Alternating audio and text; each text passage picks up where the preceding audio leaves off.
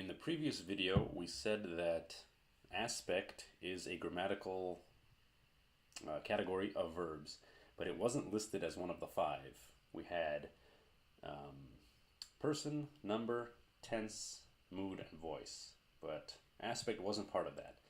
It's because aspect is contained within tense.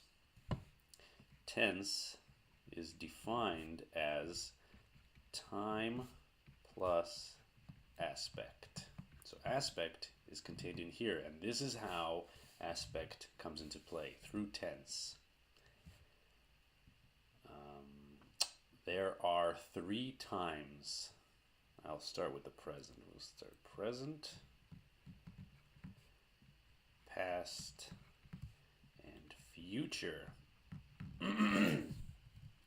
So if we match the 2 aspects and the 3 times, we will have a total of 6. 2 times 3 is equal to 6. We'll have 6 tenses. We'll have the derivative present, the derivative past, and the derivative future, and then we'll have the aorist present, the aorist past, and the aorist future.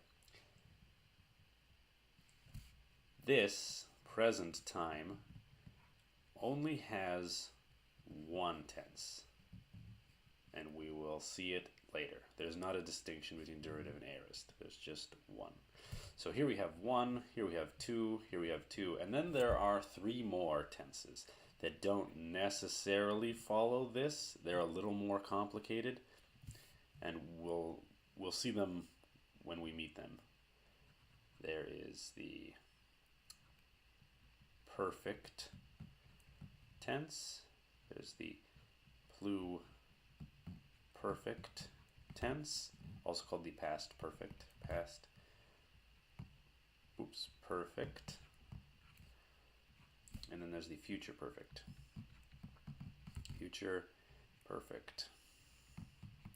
So we have the present, which we will call the present tense because there's not a derivative present or an aorist present, it's just the present, so we'll call it the present tense.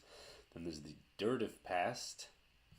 Derivative past is also called the imperfect.